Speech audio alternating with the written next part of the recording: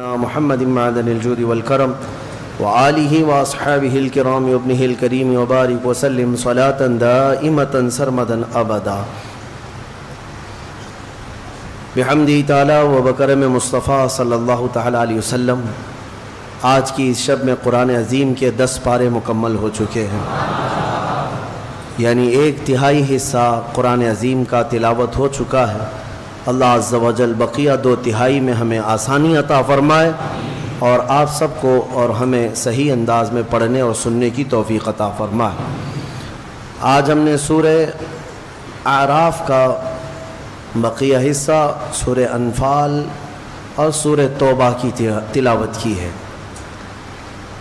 9ویں پارے میں کچھ آیات ایسی ہیں جس میں اللہ تعالیٰ نے پچھلی امتوں پر نازل کیے گئے عذابات کا ذکر فرماتا ہے۔ پچھلی امتوں پر جو عذابات آئے تھے ان میں سے چند میں آپ کے سامنے رکھوں۔ موسیٰ علیہ السلام کی قوم پر،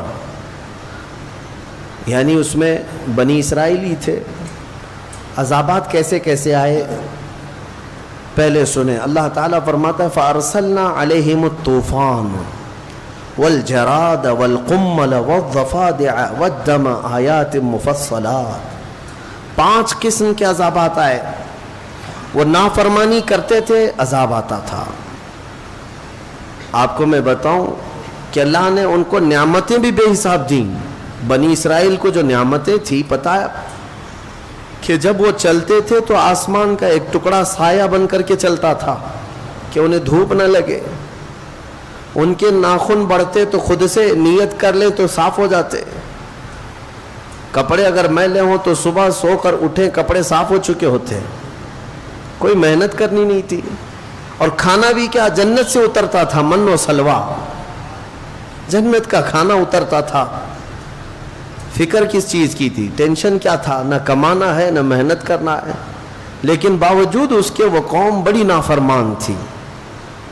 اللہ تبارک و تعالیٰ کے احکام کو ٹالنا، رد و بدل کرنا ان کی عادتیں تھیں۔ جیسے کہ اللہ تبارک و تعالیٰ نے اس قوم پر سنیچر کے دن شکار کرنا حرام فرما دیا۔ سنیچر کے دن وہ لوگ شکار نہیں کر سکتے تھے۔ تو یہ قوم کیا کرتی؟ چالاکی کرتی۔ مچھلی شکار کرنے کی عادت تھی تو جمعہ کو ہی جا کر کے جال لگا دیتے تھے اور اتوار کو جا کر کے جال لے آتے تھے، جس میں پھنسی ہوئی مچھلیاں سنیچر کو پھنستی تھیں۔ پھر وہ کہتے نہیں، ہم نے تو سنیچر کو شکار ہی نہیں کیا، ہم جمعہ کو جال لگائے تھے اور سنڈے کو نکال لائے ہیں۔ انہی لوگوں کے یہ جو ہیلے بہانے ہیں آج بھی ہماری قوم میں زکوٰۃ دینے کے لیے کچھ کرتے ہیں۔ زکوٰۃ نکالنے کے لیے جب بھاری پڑتا ہے تو ایسے ہی جمعہ سنیچر اور اتوار والے فلسفے پہ کچھ لوگ عمل کرتے ہیں کہ میری زکوٰۃ اس کو دے دیا، اس نے اس کو دے دیا، واپس پلٹ کر کے ادھر ہی آ گئی، میں ہی غریب ہوں۔ تم اگر ہیلے بہانے کرو گے کس کے ساتھ؟ اللہ کے ساتھ۔ یعلم خائنۃ الاعین وما تخفی الصدور، وہ تمہاری آنکھوں کی خیانت کو بھی دیکھ رہا ہے اور دلوں میں گزرنے والے حالات سے بھی وہ خبر رکھتا ہے۔ اس کو دھوکہ دینے کی کوشش مت کرو۔ بہرحال تو یہ جو نافرمان قوم تھی ان پر پہلا عذاب آیا طوفان کا۔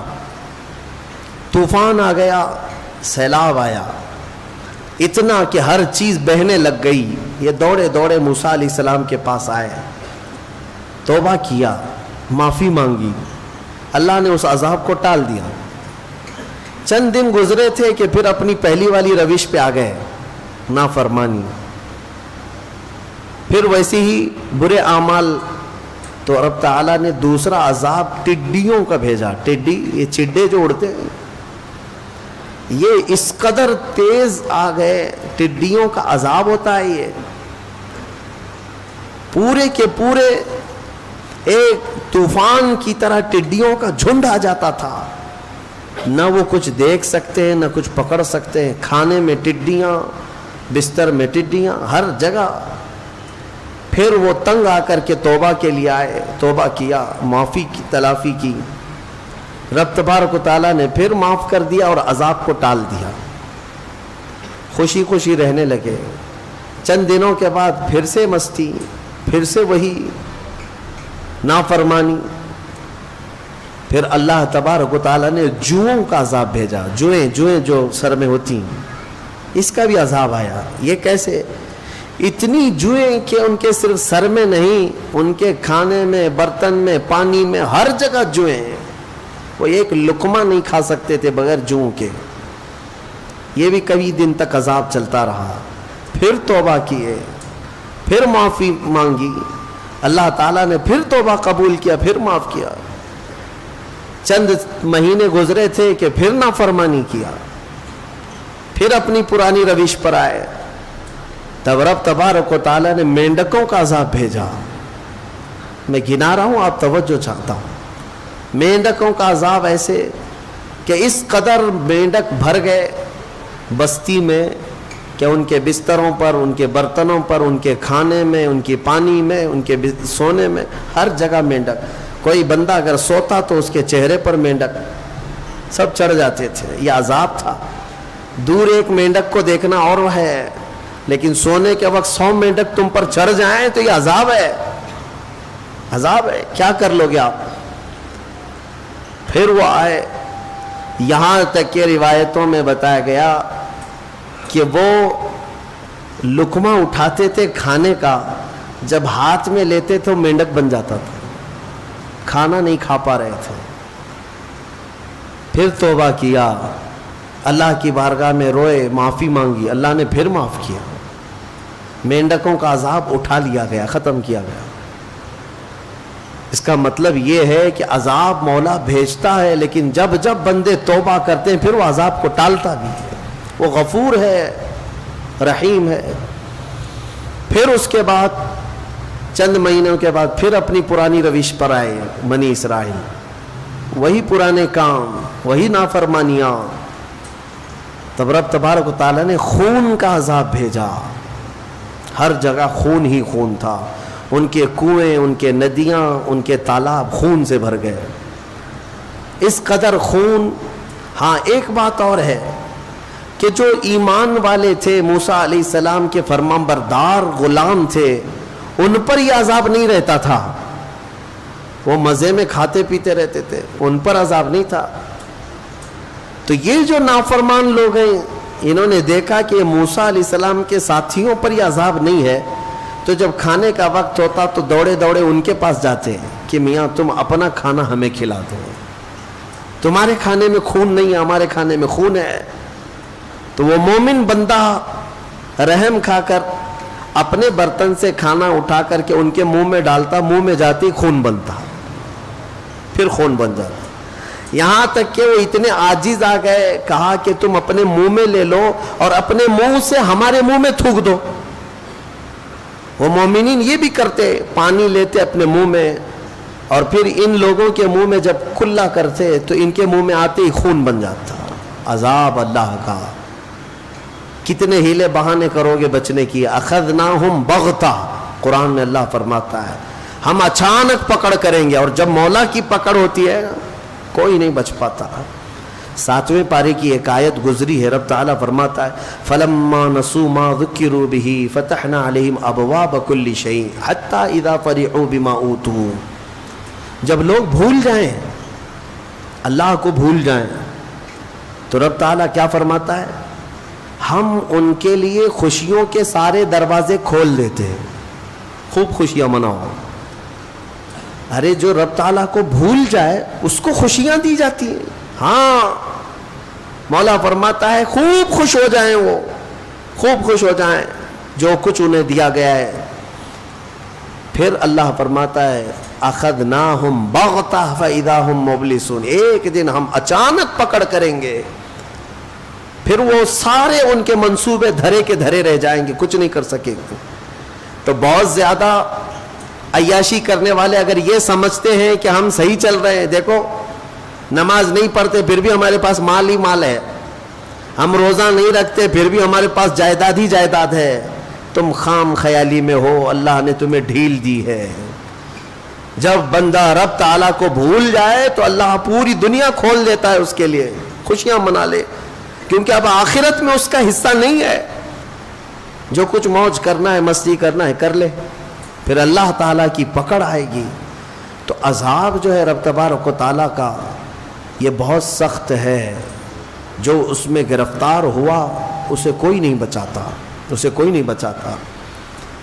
ایک بات یہ بھی میں بتا دوں کہ اللہ تبارک و تعالیٰ کے یہ عذابات جو آتے رہے, کئی مختلف قسم کے عذابات ہیں.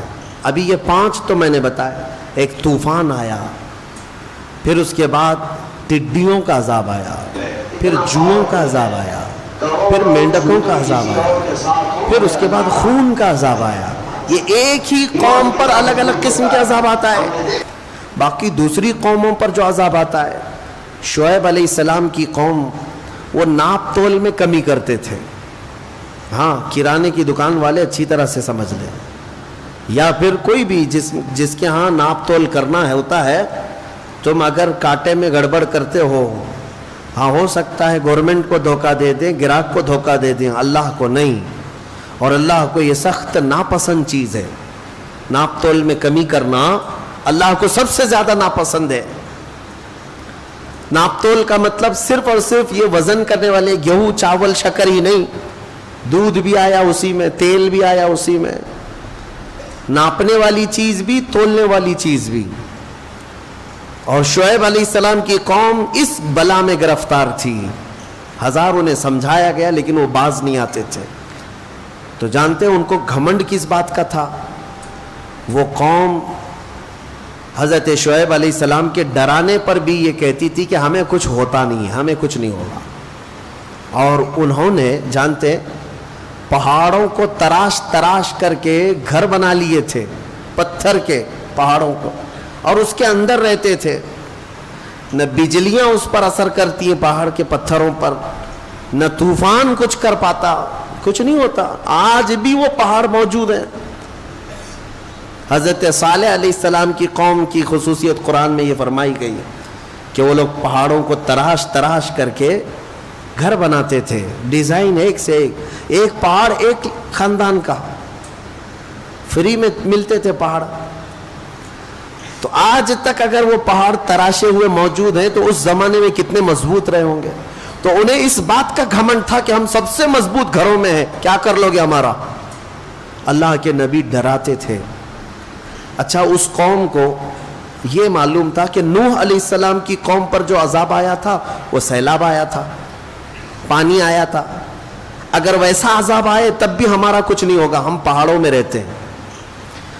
اور دوسرے حضرت لوط علیہ السلام کی قوم پر عذاب آیا تھا, پتھروں کی بارش کی گئی تھی, نوکیلے پتھر برسائے گئے تھے. تو یہ شعیب علیہ السلام کی قوم یہ سمجھتی تھی کہ اگر وہ عذاب بھی آیا تب بھی ہمارا کچھ نہیں ہوگا. نوکیلے پتھر 1000 برسیں پہاڑوں پر کچھ نہیں ہوگا, وہ پہاڑ ٹوٹنے والے نہیں ہیں. ان کو اس بات کا بھی گھمنڈ تھا. اچھا, اور ایک چیز, پچھلی قوم پر ایک عذاب اور بھی آیا تھا, ہوا کا عذاب. کہ ہوا اتنی تیز چلتی کہ چھتیں اکھاڑ لے جاتی تھی, گھر کے گھر اجڑ جاتے تھے. تو شعیب علیہ السلام کی قوم کو یہ بھی گھمنڈ تھا کہ اگر ہوا کا عذاب بھی آیا تب بھی ہمارے پہاڑ اڑا نہیں سکے گی ہوا, اتنے مضبوط ہیں. سوچو, اس قوم کو یہ غرور تھا کہ سیلاب آئے تب بھی ہم بچیں گے, پتھروں کی بارش ہو جائے تب بھی ہم بچیں گے, اور ہواؤں کا عذاب آئے تب بھی ہم بچیں گے. لیکن مولا تعالیٰ نے ان کے غرور کو توڑنے کے لیے کیا عذاب بھیجا. قرآن میں رب تعالیٰ نے فرمایا ہے, صرف اور صرف ایک فرشتے کو اللہ نے اتارا. ایک فرشتہ اترا, جبرائیل علیہ السلام آئے, اور انہوں نے صرف اور صرف زمین پر کھڑے ہو کر کے اپنی آواز بلند کی, چیخ ماری. فرشتے کی آواز, وہ چیخ ایسی تھی, آواز ایسی تھی کہ پہاڑوں میں موجود جتنے لوگ اندر تھے ان کے کانوں میں جب وہ آواز بجنے لگی تو ان کا سر پھٹ گیا اور بھیجا نکل کر کے باہر آ گیا. ہاں, آپ کیا سمجھتے ہیں یہ بم جو ہوتا ہے آج, ایٹم بم جو پھٹتا ہے تو دھماکہ ہوتا ہے, اس کے اندر طاقت کس چیز کی ہوتی ہے؟ آواز. آواز کی طاقت ہوتی ہے، بہت تیزی سے جب کوئی چیز آواز آتی ہے تو اچھی اچھی چیزیں ہل جاتی ہیں۔ اب جب وہ سید الملائکہ فرشتے نے آواز لگائی تو میاں تم جہاں کہیں بھی بیٹھے ہو پھٹنا تو تھا ہی، سب کے سب عذاب میں گرفتار ہوئے، اپنے مضبوط محلوں میں موجود تھے لیکن پورے کے پورے بھیجے پھٹے ہوئے تھے۔ تم اللہ کے عذاب سے بچ پاؤ گے؟ جب وہ پکڑ کرنے پر آئے تو پھر تم کہیں پر بھی جاؤ۔ اسی لیے ایک بات مجھے یاد آتی ہے محبوب الہی نظام الدین اولیاء رحمۃ اللہ علیہ کی، کہ آپ سے ایک مرید نے پوچھا کہ حضور کبھی کبھی گناہ کرنے کی اجازت تو ہونی چاہیے، کبھی کبھار گناہ کرنے کی اجازت دی جائے۔ آپ نے کہا کیوں نہیں، بالکل ہونا چاہیے۔ اب تو مرید صاحب چوڑے ہو گئے، پیر صاحب کہہ رہے ہیں ہاں ہو سکتا ہے، اجازت مل سکتی ہے۔ کہا حضور بتائیے تو صحیح کب کریں؟ کہا 2 شرطیں ہیں، جب بھی گناہ کرنا ہو 2 شرطیں ہیں میری طرف سے، یاد رکھ لینا۔ کہا بتائیے جلدی۔ محبوب الہی نے فرمایا جب کبھی گناہ کرنے کا ارادہ ہوا تو اللہ کی سلطنت سے باہر جا کے کرنا، ایسی جگہ جانا جہاں اللہ کی سلطنت نہ ہو، وہاں جا کے گناہ کرو۔ ایک شرط یہ ہے۔ اس نے کہا حضور ایسی جگہ کہاں ہے؟ ایسی جگہ ہے اللہ کی سلطنت سے خارج ہو کر کے جو گناہ کرنا ہے کر لو۔ کہا یہ تو ممکن نہیں ہے۔ کہا دوسری کوئی شرط؟ محبوب الہی نے کہا ہاں ایک اور شرط ہے، گناہ کرنے کی خواہش ہو تو اس وقت گناہ کرنا جب تیرا رب غافل ہو، تیرا رب سو رہا ہو۔ کہا دونوں بھی چیزیں ناممکن ہیں، نہ ایک ذرہ اس کی سلطنت سے خارج ہے اور نہ ایک لمحہ کے لیے میرا مولا غافل ہے۔ لا اللہ لا الہ الا هو الحی القیوم لا تأخذہ سنۃ ولا نوم، وہ اللہ ہے جس کو نہ اونگ آتی ہے نہ نیند آتی ہے۔ مولا تعالیٰ ایک لمحے کے لیے بھی غافل نہیں تم سے۔ تب پھر اس نے کہا کہ حضور یہ دونوں ناممکن ہے، تو محبوب الہی نے فرمایا تو پھر شرم آنی چاہیے کہ اسی کی سلطنت میں، اسی کی زمین پر، اسی کا کھا کر اسی کے سامنے گناہ کرے۔ اس سے بڑی بے باکی کیا ہو سکتی ہے؟ اس سے بڑی بے باکی کیا ہے؟ پھر بھی وہ مولا رحیم ہے کہ تمہارے عیبوں کو چھپاتا ہی رہتا ہے، جلدی پکڑ نہیں کرتا، فوراً عذاب نازل نہیں کرتا۔ اب آؤ میں تمہیں پتے کی بات بتانے جا رہا ہوں، ہماری تفسیر کا لب لباب ہے، یہ خلاصہ ہے۔ عذابات تو بہت آئے، عذابوں نے ہلاک کر دیا، زمین کو اٹھا کر کے پلٹ دیا گیا ہے قوم سمود پر، قوم صدوم پر زمین اٹھائی گئی تھی۔ ایک قوم ایسی جن کو اللہ نے بندر بنائے، ایک قوم ایسی جن کو اللہ نے خنزیر بنایا، چہرے بگاڑ دیے گئے، زمین کو کھول دیا گیا، پوری قوم کو دھسا دیا گیا۔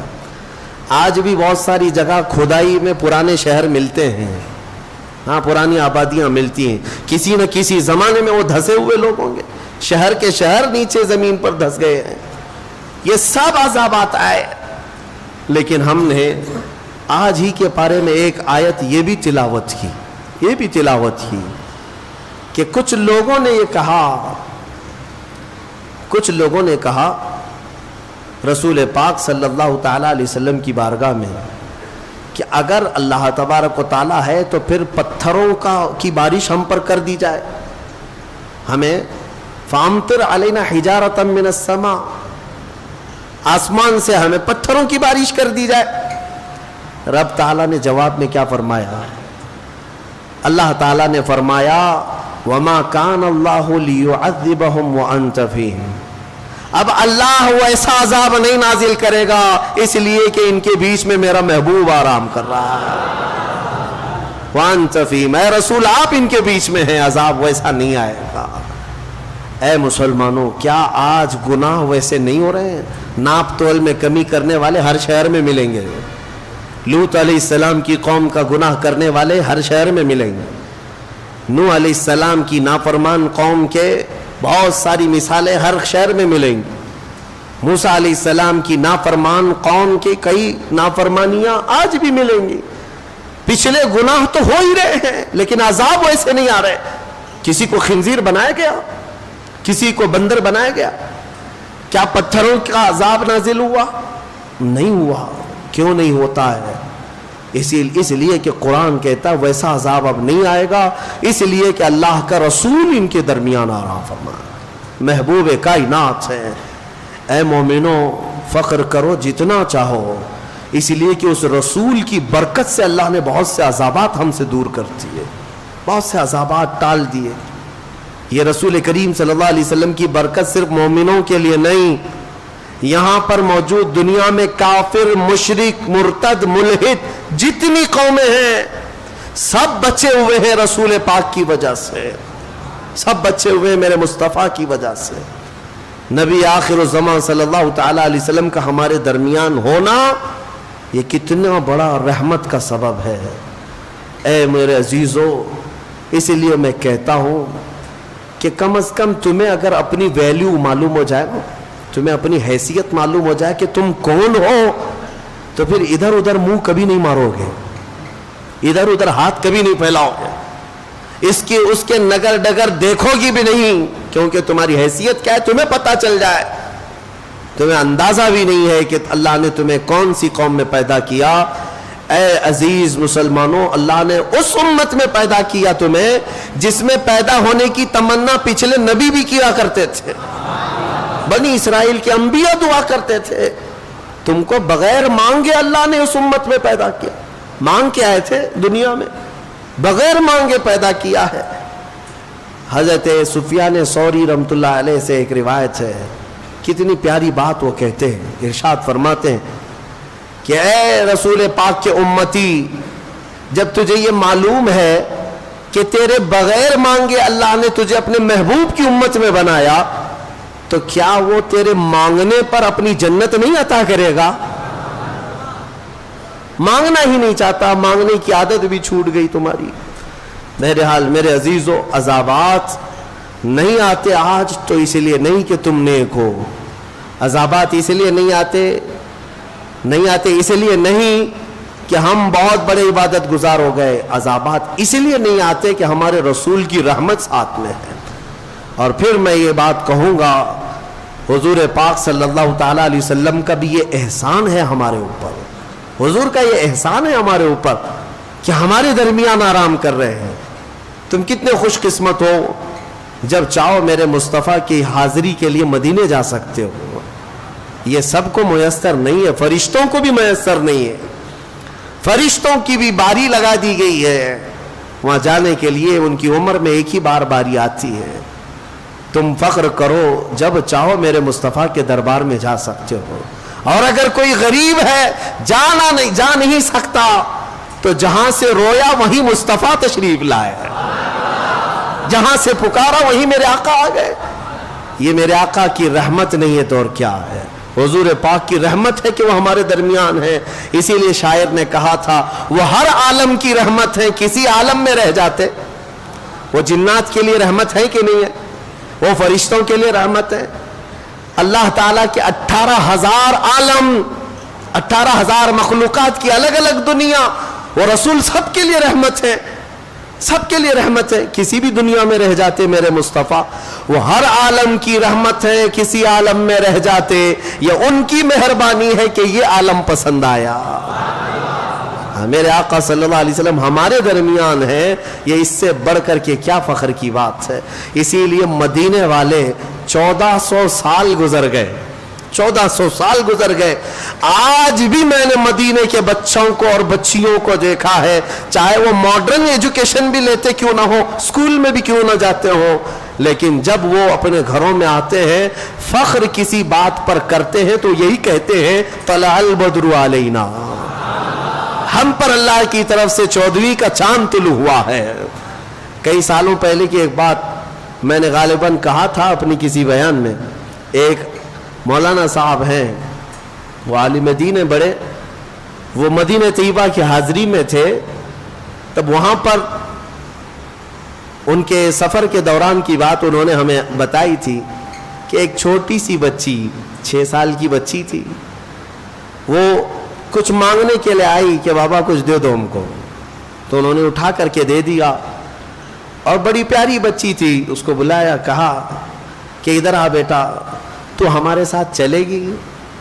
میں تیری پرورش کروں گا، میں اپنے گھر لے جاؤں گا.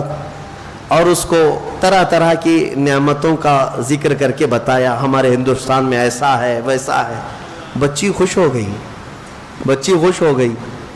کہا کہ میں چلوں گی آپ کے ساتھ، میں اپنی اماں کو بتا دیتی ہوں، میں اپنی ماں کو بتا دیتی ہوں. یہ مذاق میں چلی ہوئی بات سیریس ہو گئی. اس عالم دین نے یہ سوچا کہ بچی راضی ہے، اس کی ماں سے بات کرے، شاید ہو سکتا ہے یہ بچی مجھے مل جائے. ان کے گھر شاید اولاد نہیں تھی یا جو بھی ہے. اس کی ماں غریب تھی. بچی نے جب یہ کہا کہ میں ان کے ساتھ جاتی ہوں، ضد کرنے لگی. کہا کہ ایسا ہوتا نہیں ہے. بہرحال شام کا وقت تھا، مسجد نبوی کے باہر. اس عالم دین سے وہ بچی پوچھتی ہے کہ بابا جان آپ لے کے جائیں گے، یہ ہرا گنبد ہندوستان میں ہے؟ جہاں آپ لے جاؤ گے یہ گنبد ہے؟ اس عالم دین نے کہا بیٹا یہ ایک ہی ہے، کہیں اور نہیں ملے گا، یہ یہی ہے. تب وہ ہاتھ جھٹک کر کے بھاگتی ہے، کہتی ہے میں یہاں سے کہیں نہیں جا سکتی، اگر یہ ہے تو آؤں گی، نہیں تو نہیں آؤں گی. 6 سال کی بچی کا یہ جذبہ ہے. وہ میرے مصطفیٰ کے قدموں سے جدا ہونا آج بھی نہیں پسند کرتے. میرے عزیزوں میں تمہیں یہی بتانا چاہتا ہوں، اگر ہمارے پاس فخر کی سب سے بڑی کوئی چیز ہے تو وہ نسبت مصطفیٰ ہے. میرے آقا ہمارے ساتھ ہے، حضور پاک صلی اللہ علیہ وسلم کی محبت ہمارے ساتھ ہے. یہی چیز تو آج تک ہمیں عذابوں سے بچا رکھی ہے. اور میں اکثر اس بات کو گنگنایا بھی کرتا ہوں. اعلیٰ حضرت فاضل بریلوی رضی اللہ تعالیٰ عنہ نے ہمیں یہ سکھایا بھی تھا، خوف نہ رکھ رضا ذرا، تو ہے عبد مصطفیٰ. مصطفیٰ کا جب تو غلام ہے تو ڈرتا کیوں ہے؟ کس سے ڈرتا ہے؟ ہاں، سپاہیوں سے ڈر ہے، قاتلوں سے ڈر ہے، ظالموں سے ڈر ہے، کس سے ڈر ہے؟ کیا کریں گے؟ خوف نہ رکھ رضا ذرا، تو ہے عبد مصطفیٰ، تیرے لیے امان ہے، تیرے لیے امان ہے. اور پھر ہم تو یہی کہتے ہیں، ڈھونڈا ہی کریں صدر قیامت کے سپاہی، وہ کس کو ملے جو تیرے دامن میں چھپا ہو. میرے آقا صلی اللہ تعالیٰ علیہ وسلم کی طرف آ جاؤ، ان کے قدموں میں رہنے میں فخر محسوس کرو، اللہ ہر عذاب سے محفوظ رکھے گا.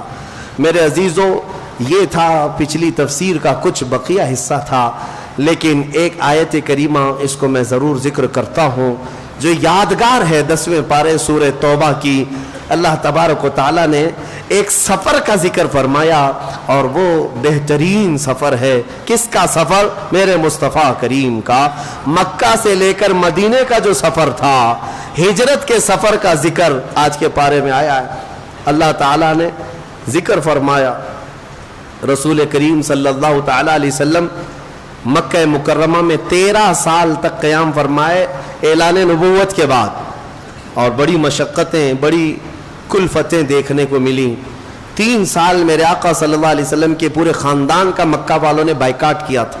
سوشل بائیکاٹ، سماجی بائیکاٹ، کھانا پینا ملنا جلنا سلام کلام سب بند کر رکھا تھا. کسی کو حضور کے خاندان کے قریب تک آنے نہیں دیتے تھے. 3 سال میرے آقا صلی اللہ تعالیٰ علیہ وسلم کے جو ایسے گزرے، ان میں کئی دن ایسے آئے ہیں جس میں صرف ہرے پتے میرے آقا نے کھائے، چمڑوں کو ابال کر کے کھایا گیا. یہ دن آئے تھے مکہ میں. مکہ کے کفار نے بڑے ظلم کیے، حضور کے غلاموں کو پکڑ کر کے مارا، قتل کیا، شہید کیا. 13 سال کے بعد میرے مولا نے، رب تعالیٰ نے رسول کریم صلی اللہ علیہ وسلم کو حکم فرمایا کہ اے محبوب آپ مکہ سے نکل کر کے مدینے کے سفر پر چلیں. یہ وہی ہجرت کی رات ہے جب میرے آقا صلی اللہ تعالیٰ علیہ وسلم کو قتل کرنے کے لیے مکہ کا ہر خاندان تیار تھا. تقریباً وہاں پر 13 یا 14 خاندان آباد تھے. ہر خاندان کا ایک آدمی میٹنگ کر کے آ چکا تھا کہ آج کی رات ہم ان کا کام تمام کر دیں گے، ختم کر دیں گے. اور سارے لوگ اپنے اپنے ہاتھوں میں تیز دھار تلوار لیے میرے آقا صلی اللہ علیہ وسلم کے گھر کے ارد گرد کھڑے ہو گئے کہ رات کا وقت ہوگا، سب کے سب اندر داخل ہوں گے، ایک ساتھ حملہ کریں گے. کیونکہ اس زمانے میں بدلے کی لڑائیاں بہت چلتی تھیں، تو سارے خاندان والے اس لیے آ گئے تھے کہ قریش پھر محمد صلی اللہ علیہ وسلم کے بدلے کے لیے لڑ نہ سکے کسی سے. سب خاندان ہیں تو کس سے لڑیں گے قریش، اس لیے سارے لوگ مل کر کے قتل کرنا چاہتے تھے. اور اسی رات کو مولا تعالیٰ حکم فرماتا ہے رسول آپ یہاں سے ہجرت فرمائے. مولا کائنات علی مرتضیٰ شیر خدا رضی اللہ تعالیٰ عنہ میرے آقا صلی اللہ تعالیٰ علیہ وسلم کے ساتھ تھے.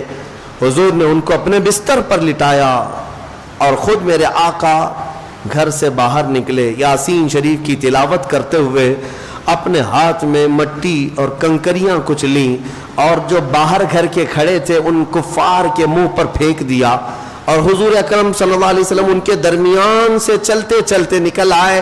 کسی ایک کافر کو بھی میرے آقا نظر نہیں آئے. جان ہے، اعلیٰ حضرت فرماتے ہیں کہ جان ہے، جان کیا نظر آئے، کیوں عدو گرد غار پھرتے ہیں. حضور پاک صلی اللہ علیہ وسلم جان کائنات ہیں. اور میں یہ بات کہا کرتا ہوں حضور اکرم صلی اللہ تعالیٰ علیہ وسلم کا دیدار اسے حاصل ہوگا جو ان کا عشق رکھتا ہو، ان کی محبت رکھتا ہو، ورنہ سامنے رہ کر کے بھی اندھا ہو سکتا ہے، سامنے رہ کر کے بھی اندھا ہو سکتا ہے. مولا نے آنکھیں اندھی کر دی ان کفار کی، ان کے بیچ سے نکل کر کے آئے. اور جب مدینہ طیبہ جانا تھا تو حضرت ابوبکر صدیق کو ساتھ لیا، ان کے گھر سے ان کو اپنے ساتھ لیا. اور مدینے کے راستے پر جانے سے پہلے غار ثور بیچ میں، یہ اپوزٹ ڈائریکشن میں ہے، مدینے کے راستے پر نہیں، اپوزٹ ڈائریکشن میں ہے. لیکن حضرت ابوبکر صدیق کے مشورے پر اس غار ثور میں تھوڑا سا رکنا ہو گیا، اس لیے کہ پتا تھا کہ کل صبح اب یہ مکہ والے تلاش شروع کر دیں گے، ڈھونڈیں گے ادھر ادھر. اور وہ سب کو پتا تھا مکہ والوں کو کہ محمد صلی اللہ علیہ وسلم اگر کہیں جا سکتے ہیں تو مدینہ ہی، کیونکہ مدینے والے پہلے ہی بہت سارے ایمان لا چکے تھے. مدینے والے بہت سارے حضور کے جانے سے پہلے ایمان لائے ہوئے تھے. مدینے میں اسلام کی بہاریں آ چکی تھی. جو مکہ آتے تھے، حج کے لیے آتے تھے، میرے آقا کے ہاتھوں پر بیعت کرتے اور مدینے واپس جاتے تھے. تو غار ثور میں میرے آقا صلی اللہ علیہ وسلم نے قیام فرمایا. وہ غار آج بھی موجود ہے، 5000 فٹ اونچے پہاڑ، 5000 فٹ اونچا پہاڑ. اس پر ایک غار ہے جہاں صرف 2 لوگوں کے بیٹھنے کی جگہ ہے آج بھی. اور روایتیں بتاتی ہیں میرے آقا صلی اللہ تعالیٰ علیہ وسلم غار ثور پر جب چڑھنے لگے تو صدیق اکبر کو دیکھا نہ گیا. حضور اتنی بلندی پر پیدل جائیں گے، تھکان کے آثار ہیں. صدیق اکبر نے اپنے کندھے پیش کیے، یا رسول اللہ آپ میرے کندھوں پر سوار ہو، آپ کا غلام لے کر کے اوپر چڑھے گا. میں آپ کو بتاتا ہوں تم پانی کی ایک بوتل لے کر کے اوپر تک جا نہیں پاؤ گے. ہاں سفر بڑا کٹھن ہے. وہ ہم گئے، بہت سخت لگتا ہے، کوئی چیز اپنے پاس نہیں ہونی چاہیے، ایک تھیلی بھی لے جانا مشکل ہو جاتا ہے. لیکن صدیق اکبر کے مقام کو کون جانے جن کے کندھوں نے بار نبوت کو اٹھایا، بار نبوت کو اٹھایا. اور حضرت ابوبکر صدیق اس غار تک لے گئے اور اس غار کو ہر طرح سے کپڑے پھاڑ پھاڑ کر بند کیے، کوئی سوراخ باقی نہ رہے کہ کہیں سے کوئی کیڑا بھی آ کر میرے مصطفیٰ کریم کو ایذا نہ پہنچا سکے. ایک عاشق کی جانثاری اور ناموس رسالت کی حفاظت کسے کہتے ہیں وہ صدیق اکبر کی ذات سے سمجھ میں آتا ہے. حضرت ابوبکر صدیق کی ذات سے سمجھو، سب کچھ حفاظت کے ساتھ رکھا، پھر بھی ایک سوراخ باقی رہا تو اپنا پیر اس پر لگا کر حضور پاک صلی اللہ تعالیٰ علیہ وسلم کے آرام کے لیے اندر بلایا. میرے آقا صلی اللہ تعالیٰ علیہ وسلم آرام کرتے رہے، لیکن ابوبکر صدیق کے پیر میں ایک سانپ ڈستا رہا، بہت پرانا سانپ جس کا زہر چڑھ کر کے ان کا پیر پیلا پڑ گیا، لیکن پیر ہٹانے کو تیار نہیں. حضور پاک کے آرام میں خلل نہ ہونے پائے. ہاں حضور کے لیے قربانیاں دینا، ایک ڈنڈے سے بھاگنا، یہ ناموس رسالت کی حفاظت کا معاملہ نہیں ہے. جان پر بنا چکی تھی لیکن پیر نہیں ہٹایا. صدیق اکبر کا ایمان کیا تھا؟ موت آئے گی تو رخ مصطفیٰ پہ آئے گی، حضور سامنے ہے، پھر کس بات کا ڈر ہے. حضرت ابوبکر صدیق پیر نہیں ہٹائے. درد کی شدت اتنی بڑھ گئی، خود میرے آقا بیدار ہوئے. پوچھا کہ کچھ تکلیف ہو رہی ہے ابوبکر؟ کہا یا رسول اللہ سانپ کاٹ رہا ہے. میرے آقا نے فرمایا پیر ہٹا دو. کہا نہیں کہیں آپ کو ایزا نہ دے دے. حضور نے فرمایا تم پیر ہٹاؤ, کوئی موذی ہمیں ایزا نہیں دے گا. جانور حضور کو ایزا نہیں دے سکتے کیونکہ میرے آقا ان کے لیے بھی رحمت ہے. ہاں ان کے لیے بھی رحمت ہے. آپ نے پیر ہٹایا, سانپ اندر آیا. جو دیدار کا مشتاق تھا دیدار کیا اور ویسے ہی واپس چلا گیا. صدیق اکبر کو اگر اس نے ڈسا بھی ہے تو وہ عشق کی پیاس تھی, حضور پاک صلی اللہ علیہ وسلم کے دید کی طلب تھی. رسول کریم صلی اللہ تعالی علیہ وسلم نے اپنا لعاب پاک حضرت ابوبکر کے پیر میں لگایا اور ان کا پورا زہر اتر گیا. سانپ کا زہر ختم ہو گیا, کوئی زہر کا اثر بھی نہیں تھا.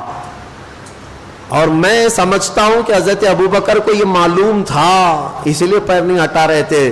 زہر چڑھنے تو سر تک بھی چڑھے تو کیا ہونا ہے, لعاب مصطفیٰ سامنے موجود ہے. ارے شفا خانہ پورا ان کے سامنے ہے, تو سانپ ڈسے کہ بچھو ڈسے, کیا ڈر ہے اور کیا فکر ہے. اور اس کے بعد ہاں ظاہر سی بات ہے اتنا مضبوط ایمان صدیق اکبر کا. اعلیٰ حضرت اسی کو فرماتے ہیں صدیق نے غار میں جاں ان پہ دے چکے. صدیق بلکہ غار میں جاں ان پہ دے چکے. جان بچانا کیا ہے پتہ ہے آپ کو؟ فرض ہے. جان بچانا کیا ہے؟ فرض ہے. اور یہ سارے فرائض میں سب سے بڑا فرض ہے. ارے جان ہے تو نماز پڑھو گے, جان ہے تو زکوٰۃ دو گے, جان ہے تو حج کرو گے. سارے فرض بعد میں, جان بچانا پہلا فرض ہے. لیکن حضرت ابو بکر نے وہ سب سے اعلیٰ فرض کو بھی نچھاور کر دیا میرے مصطفیٰ کی نیند پر, حضور کی نیند پر.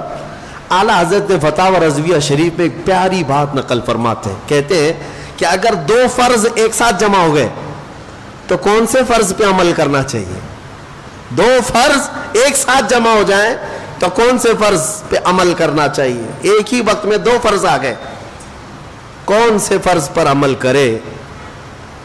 جیسے حضرت ابوبکر صدیق کے اوپر دو فرض آ گئے تھے, ایک اپنی جان بچانا بھی فرض تھا اور ایک مصطفیٰ کا احترام کرنا بھی فرض تھا. حضور کی عزت کرنا فرض ہے یا نہیں؟ دو فرض ایٹ اے ٹائم ایک ہی وقت میں آئے تو اعلیٰ حضرت فرماتے ہیں تو پھر دیکھا جائے گا کیٹیگری, کون سا فرض اعلیٰ درجے کا ہے اور کون سا فرض ادنا درجے کا ہے. جو اعلیٰ درجے کا ہوگا اس پر عمل کیا جائے گا, ادنا درجے کا ہوگا چھوڑ دیا جائے گا. تو حضرت ابوبکر صدیق نے دونوں فرضوں کو دیکھا اور اس کے بعد فیصلہ کیا اعلیٰ درجے کا فرض تو حضور کی عزت کرنا, جان بچانا اعلیٰ درجے کا فرض نہیں. یہاں جب بات آئے تو اعلیٰ درجے کا فرض کیا ہے؟ رسول کی عزت کرنا. صدیق بلکہ غار میں جان ان پہ دے چکے, اور حفظ جان تو جان فروز غرر کی ہے. اور اسی طرح مولا علی نے واری تیری نیند پہ نماز, وہاں پر بھی دو فرض ہو گئے تھے نا. حضرت علی کے زانوں پر بھی حضور ایک دن آرام کر رہے تھے, عصر کی نماز حضرت علی نے نہیں پڑھی تھی, سورج ڈوب گیا, پتہ ہے نا وہ کیا. اور سنیوں کو نہ پتہ ہو تو کسے پتہ ہو؟ ہاں میرے آقا کے معجزے اگر سنیوں کو نہیں معلوم, حیرت کی بات ہے. تو حضرت علی کے اوپر دو فرض آ گئے تھے. ایک عصر کی نماز پڑھنا ہے. عصر کی نماز فرض ہے کہ نہیں ہے؟ ارے پانچوں نمازوں میں سب سے اعلیٰ نماز عصر کی ہے, بیچ والی نماز, اس کا مقام بڑا ہے. عصر کی نماز بھی فرض, اور حضور آرام کر رہے ہیں, حضور کی عزت بھی فرض. ایک ہی ٹائم میں دو فرض آ گئے. مولا علی نے بھی دیکھا, کمپیئر کیا, اب یہاں کون سا اعلیٰ درجے کا فرض ہے اور کون سا ادنا درجے کا فرض. مولا علی نے بھی عمل کر کے دکھایا, عصر کی نماز جاتی ہے تو جائے, رسول کی نیند کا احترام کرنا یہ اعلیٰ درجے کا فرض ہے. مولا علی نے واری تیری نیند پر نماز, وہ بھی نماز عصر جو سب سے اعلیٰ خطر کی ہے. پھر اعلیٰ حضرت اخیر میں بیان کرتے ہیں تو نے انہیں جان اور انہیں پھیر دی نماز. حضور نے کیا ان دونوں کو نہیں دیا؟ صدیق اکبر کو ان کی جان لوٹائی کہ نہیں لوٹائی؟ اور حضرت علی کو ان کی نماز لوٹائی کہ نہیں لوٹائی؟ حضور نے کسی کا کچھ باقی نہیں رکھا. صدیق اکبر نے اپنی جان دے دی لیکن میرے آقا نے صرف لعاب لگا کر ان کی جان لوٹا دی.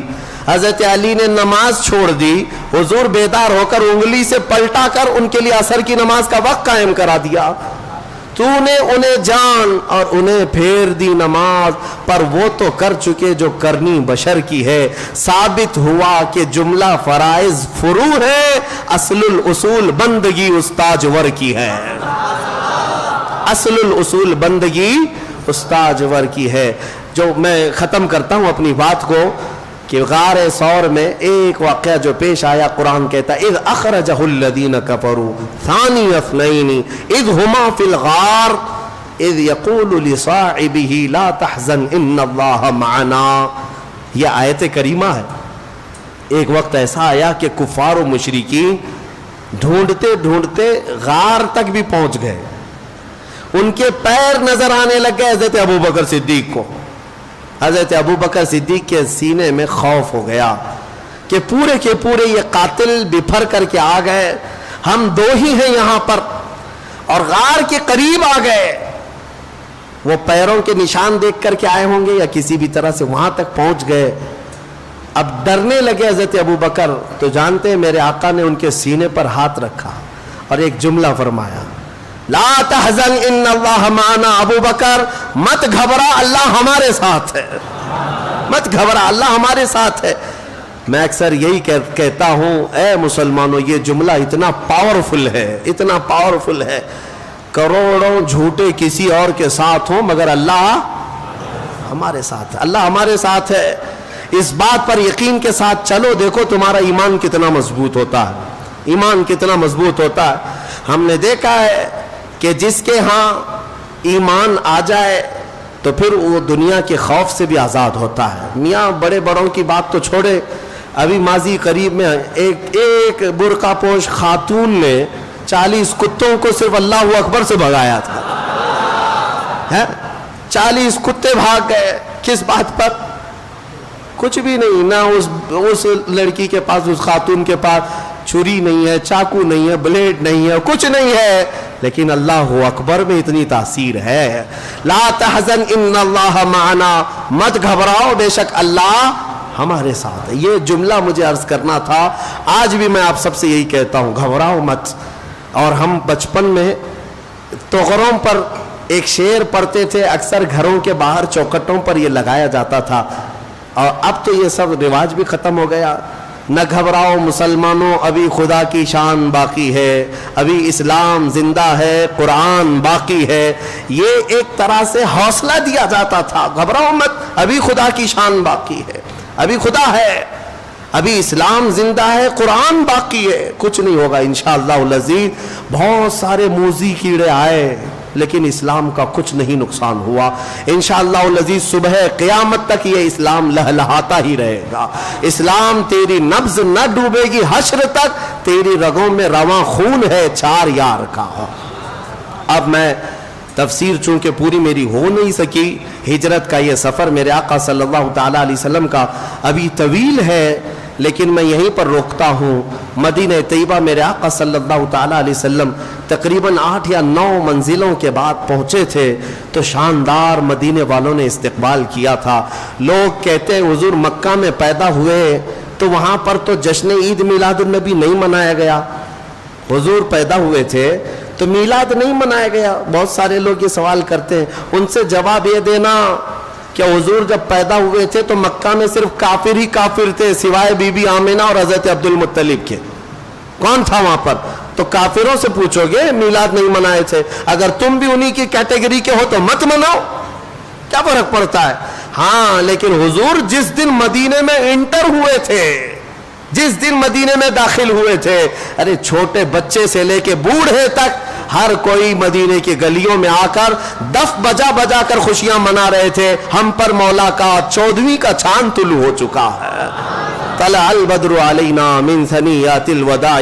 الحمدللہ اسی بات پر فیصلہ ہو جائے گا کہ اگر حضور کے آنے پر تم مکہ کے کافروں کی اقتدا کرتے ہو تو تمہیں مبارک، الحمدللہ ہم مدینے کی ان بچیوں کی اقتدا کرتے ہیں جنہوں نے میرے آقا کا استقبال کیا تھا۔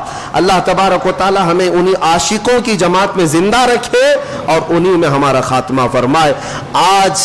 آج ایک تاریخی دن ہے، آج پورے کرناٹک کی آبرو حضور سیدی آقائی سیدنا ہاشم پیر دستگیر رضی اللہ تعالیٰ عنہ کا عرس مبارک، بیجاپور کے قطب بلکہ دکن کے ایک بڑے قطب ہیں سیدنا ہاشم پیر دستگیر رضی اللہ تعالیٰ عنہ، وہ اپنے زمانے میں ہی مشہور تھے مرید نواز نام سے، بلکہ جیسے سرکار غریب نواز کا لنگر ہوتا تھا، حضرت سیدنا ہاشم پیر بھی بڑے سخی، بہت ہی سخی اولیاء کاملین میں شمار ہوتے ہیں۔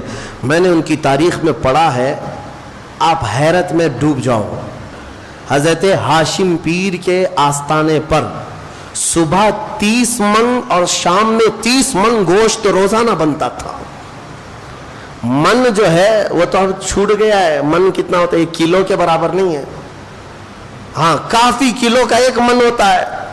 30 من صبح، 30 من شام میں روزانہ غربا اور مساکین کے لیے ان کے ہاں لنگر تقسیم ہوتا تھا۔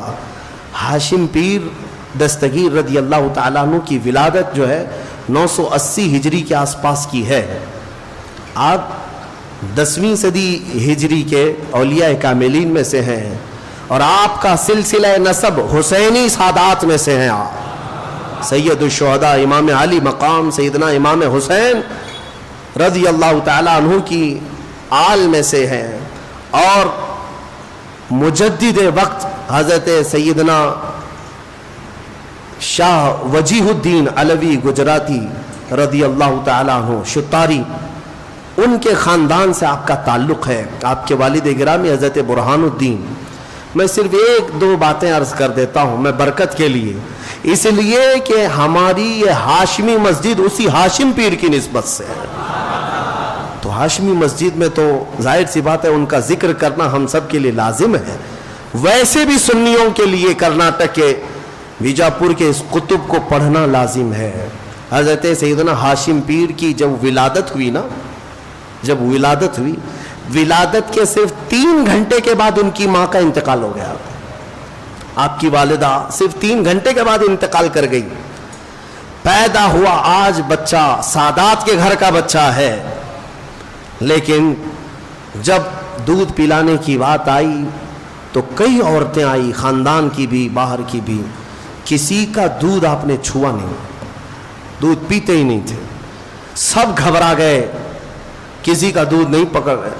پھر آخر ایک نابالغہ چھوٹی سی لڑکی وضو کے ساتھ جب وہ بچے کو لیتی ہے تو اس سے آپ دودھ پینا شروع فرماتے ہیں، اور اللہ تبارک و تعالیٰ کی قدرت کے اس کے سینے میں دودھ اللہ نے پیدا فرمایا، ورنہ یہ ممکن ہے؟ ایک کم عمر خاتون، یہاں تک کہ جب تک آپ کی ایام رضاعت رہی، جب تک آپ دودھ پیتے رہے اسی خاتون سے دودھ پیتے، اور بھول کر کے کبھی وہ لڑکی یا وہ خاتون کبھی وضو نہ کرتی تو سیدنا ہاشم پیر منہ تک نہیں لگاتے تھے، جب تک دودھ پیے ہیں۔ وہ رضائی ماں جب تک وضو میں رہتی تو دودھ پیتے تھے، یہ شان تھی آپ کی سیدنا ہاشم پیر علوی رضی اللہ تعالیٰ عنہ۔ اور ایک بات میں عرض کر دوں، جب آپ جوانی پر آئے تو ساری تربیت آپ کے والد گرامی کی تھی، حضرت برہان الدین، آپ نے ان کو سارے علوم پڑھائے، اور اس کے بعد ایک وصیت کی، کہا کہ بیٹا میں نے جو کچھ بھی رکھا ہے اس پر فخر مت کرنا، بلکہ تو اولیاء کی نسبت پر فخر کرنا۔ اور حضرت شاہ وجیہ الدین کے پاس ان کے ہاں بھیجا کہ تیری کچھ امانتیں احمد آباد میں رکھی ہوئی ہیں، لے آ۔ یہ وصیت کر کے والد انتقال کر گئے۔ اس وقت حضرت سیدنا ہاشم پیر کے پاس بے پناہ جائیدادیں بہت کچھ تھی والد کی طرف سے جو ملی تھی۔ جب والد کا انتقال ہوا اور آپ کو سفر پر جانا تھا، ایک دن میں ساری جائیداد، سارا مال، سب کچھ خیرات کر دیا، سب تقسیم کر دیا۔ کسی چیز کے مالک نہیں رہے, سب لٹا دیا اور تنہا سفر پر گئے. سفر پر وہ امانتیں لے کر کے آئے, جو خرقہ تھا, جو آپ کو سلسلے کے تبرکات تھے, وہ سب لے کر جب بیجاپور تشریف لائے. ایک وقت ایسا آیا کہ ایک بزرگ حضرت خانہ وہ آئے اور وہ بڑی عمر کے تھے. حضرت ہاشم پیر سے گلے ملتے اور کہتے ہیں میں آپ کے والد کا قریبی دوست ہوں, آپ کے والد کا قریبی دوست ہوں, میں آپ کو ایک راز بتا دوں. کہا فرمائیے. تو خانہ نے کہا کہ آپ کے والد کے ساتھ میں رہتا تھا, آپ کے والد نے فلاں کو نام گناتے گناتے کہا اتنے لوگوں کو آپ کے والد نے قرض حسن دیا ہے, اور وہ کل جائیداد اس زمانے کے 3 لاکھ روپے ہوتے, آج کے شاید ہو سکتا ہے کروڑوں کے ہو جائیں. تو حضرت ہاشم پیر نے کہا اتنے لوگوں کو میرے باپ نے قرضہ دیا ہے, لیکن مجھے نہیں بتایا, مجھے نہیں پتا. اور اس کے بعد حضرت خانہ نے کہا آپ قرضہ وصولی کا حکم دے دیں, سب کے طرف سے قرضہ آ جائے گا. آپ نے مسکرا کر ایک جملے میں فرمایا جو مجھے وراثت میں ملا تھا وہ میں نے تقسیم کیا, تو پھر ان لوگوں سے قرض حسن واپس لینے کا سوال ہی نہیں پیدا ہوتا. مجھے اللہ تبارک و تعالیٰ نے فقر عطا کیا, میں اسی فقر میں پوری زندگی گزاروں گا. فقر کے ساتھ پوری زندگی بتائی ہے. حضرت سیدنا ہاشم پیر دستگیر رضی اللہ تعالیٰ عنہ کی ذات پر پھر کسی اور موقع پر عرض کروں گا. وہ اللہ تبارک و تعالیٰ کے ایسے ولی جو زاہد فی دنیا تھے, دنیا میں رہ کر کے زہد کیا, ترک دنیا کیا, کبھی دنیا اپنے قریب آنے نہیں دیا, پھٹکنے نہیں دیا. اللہ تبارک و تعالیٰ ان کے قدموں کی برکت ہمیں عطا فرمائے, ان کی نسبت اللہ تعالیٰ ہم سب کو تا دیر قائم و دائم فرمائے, اور ان کے فیوز و برکات سے ہمارے پورے مجمع کو مولا تعالیٰ فیض یاب فرمائے. وآخر دعوانا ان الحمد للہ رب العالمین.